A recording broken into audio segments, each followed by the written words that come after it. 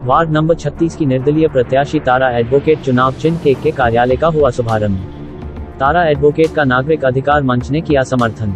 नागरिक अधिकार मंच के अभय चोपड़ा ने कहा, यदि हमारा प्रत्याशी जीता तो हम हमारे घोषणा पत्र के अनुसार हम नगर में कार्य करेंगे। वार्ड नंबर 36 की निर्दलीय प्रत्याशी तारा एडवोकेट ने भी वार्ड के विकास की घोषणा की है।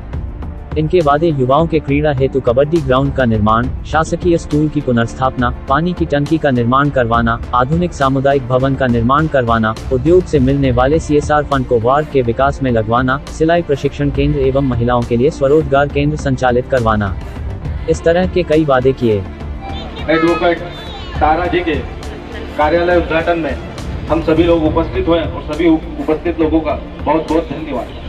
एक्चुअल में नागरिक अधिकार मंच क्या है, ये कई लोगों के दिमाग में एक प्रश्न आता है। हम लोगों ने आज से 2.5-3 साल पहले जन की समस्या प्रशासन के सामने उठाने के लिए नागरिक अधिकार मंच का गठन किया। राजनेता तो अपनी रोटी सेक कर घरों में सोते रहते थे, लेकिन नागरिक अधिकार मंच ने कम से कम 200 समस्या नागरिक अधिकार मंच के सामने प्रशासन के सामने रखी और जिसमें कई समस्याओं का निराकरण करके नागरिक अधिकार मंच ने उसमें विजय पाई है। आज हमारे समर्थित उम्मीदवार में से एक भी उम्मीदवार अगर जीत के नगर पालिका में जाता है तो नागरिक अधिकार मंच ये आप लोगों से वादा करता है कि हम हमारे घोषणा पत्र में दी हुई समस्त बातों को नगर पालिका पटल पर रखकर उसको कार्य कराने के लिए वचनबद्ध रहेंगे। इसी के साथ अभय जी चोपड़ा साहब से चाहूंगा कि वो आगे बढ़ाएं।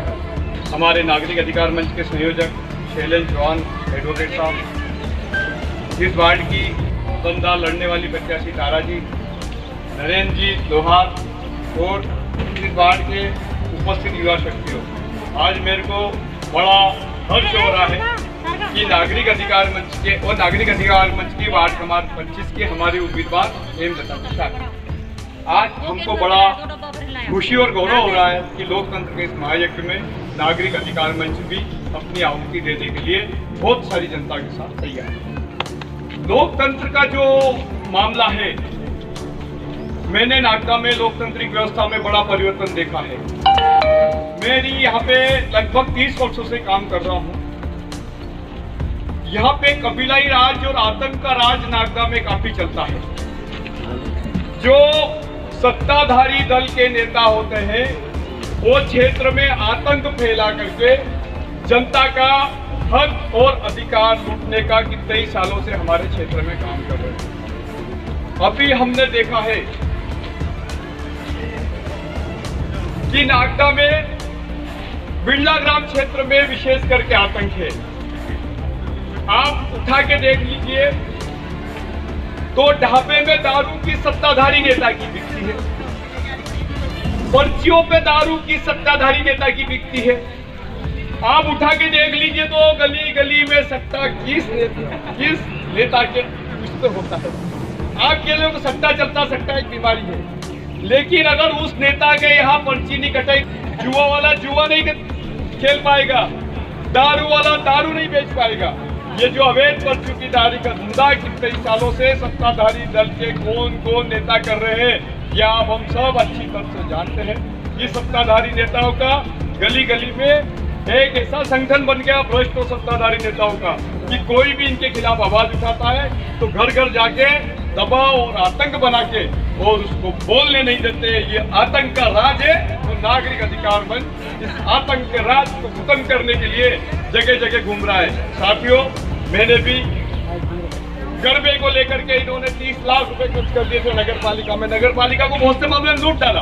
गरबे के लिए मैं और सुबोध स्वामी दोनों ने हाई कोर्ट तक याचिका लगाई। इसका परिणाम क्या हुआ कि नगर पालिका के अध्यक्ष अशोक मालवी ने हमारे खिलाफ एट्रोसिटी एक्ट के 2 झूठे केस लगाए और इतने बुरे झूठे केस लगाए कि हमको 6 माह की सजा, लेकिन जज ने हमारा साथ दिया, हमारी तुरंत जमानत। हर आदमी को आतंक और भय। एक मंत्री था, उस मंत्री जी ने भी हमारे खिलाफ, तो हमने मंत्री जी के खिलाफ प्रधानमंत्री को शपथ पत्र दिया। हमने हमारे घर पे 50 जने आए कि आप भ्रष्टाचार के खिलाफ मत लड़ो, हमला करने आए, लेकिन हमने उसका भी मुकाबला किया। मंडी से तो हमने आतंकवाद खत्म कर दिया।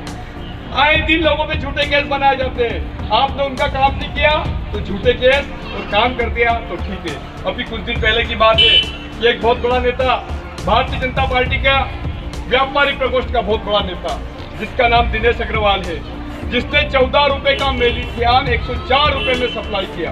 कुल मिला के 10 लाख रुपए उसने 1 लाख रुपए पे मार्जिन ली। मैंने इसकी शिकायत करी तो मेरे पास भारतीय जनता पार्टी का एक मंडल का पदाधिकारी आया, बोले यार कि हमारे आदमी का धंधा नहीं करेंगे चोपड़ा जी, और वो भी एक शशांक है मेडिकल वाला, उसके थ्रू मेरे को शशांक के पास ले गया। बोले हमारे आदमी का धंधा नहीं करेंगे क्या? तो मैंने क्या धंधा करेंगे? बोले तुमने नकली सेव का धंधा करता था तो उससे भी आपने रोक लगा दी। तो मैंने क्या नकली सेव का धंधा करेगा क्या? तो बोले मेलिथियान का, तो मैंने मेलिथियान 14 रुपए का 104 रुपए किलो में देगा, हमारे पैसे लूटेगा क्या? लीगल धंधा कर। लेकिन ये भारतीय जनता पार्टी के लोग अवैध धंधे वाले को पूर्णतः संरक्षण दे रहे हैं। और मैं जिस भारतीय जनता पार्टी को बिलोंग करता हूँ, चाल चरित और चेहरा जिन लोगों ने लूट लिया है मेरी भारतीय जनता पार्टी पे, जिन लोगों का माफिया और आतंक का राज हो गया है, हम ये चाहते हैं कि हम सब एकजुट होकर के और इसका विरोध करें। हमने पिछले 15, 17, 18 सालों से कब्जा है कि आज गली गली में, गांव में, गली गली में, एक एक जगह पे कितनी गौ माता घूम रही है, कितने लोगों को टक्कर मारती है और वो कितनी परेशान होती है, उनको खाने का नहीं मिलता है। इन गौ माताओं के लिए नगर पालिका नियम है कि आप या तो कांजी हाउस अत्याधुनिक खोलो या गौशाला बनाओ, लेकिन इन्होंने बड़े बड़े स्टेडियम बना दिए, बड़े बड़े स्विमिंग पूल बना दिए। बिना कोई मापदंड के स्विमिंग पूल बनाने में एक बच्चे की गलती हो गई, हमने उस मामले को उठाया, गलत स्विमिंग पूल बनाया इन्होंने बोर्ड चलाए, इन्होंने पूरी नगर पालिका को जो एडवोकेट दीदी, पढ़ी लिखी, समझदार और सब नियम कायदे कानून जानने वाली ऐसी कर्मठ महिला को आप भारी मतों से विजयी बनाइए और हमें नागरिक अधिकार मंच से एक सदस्य चुन के नगर पालिका में भेजिए, जिससे हम आपकी आवाज जन जन तक पहुंचा सके, आपके अधिकारों के लिए लड़ सके और जनता को भय मुक्त कर सके, आतंकवाद से मुक्त कर सके और नागदा में शांति व्यवस्था बनाए रखे। उम्मीद करती हूँ कि आप सब तारा दीदी का सहयोग करके इन्हें पार्षद पद के उम्मीदवार के रूप में नगर पालिका में भेजेंगे। धन्यवाद। मैं जो पधारे यहाँ पे सभी मेरे भाई बहन भाभी दीदी सभी का मैं स्वागत करती हूँ। कायरों की बस्ती में शेरों का आना, कायरों की बस्ती में ये शेर आए हैं क्योंकि वो कायर है जो किसी एक से डरते हैं, जो एक औरत का समर्थन नहीं कर सकते, जो यही पैदा हुई है, जो डरते हैं सिर्फ एक इंसान से, जो भगवान से नहीं डरते।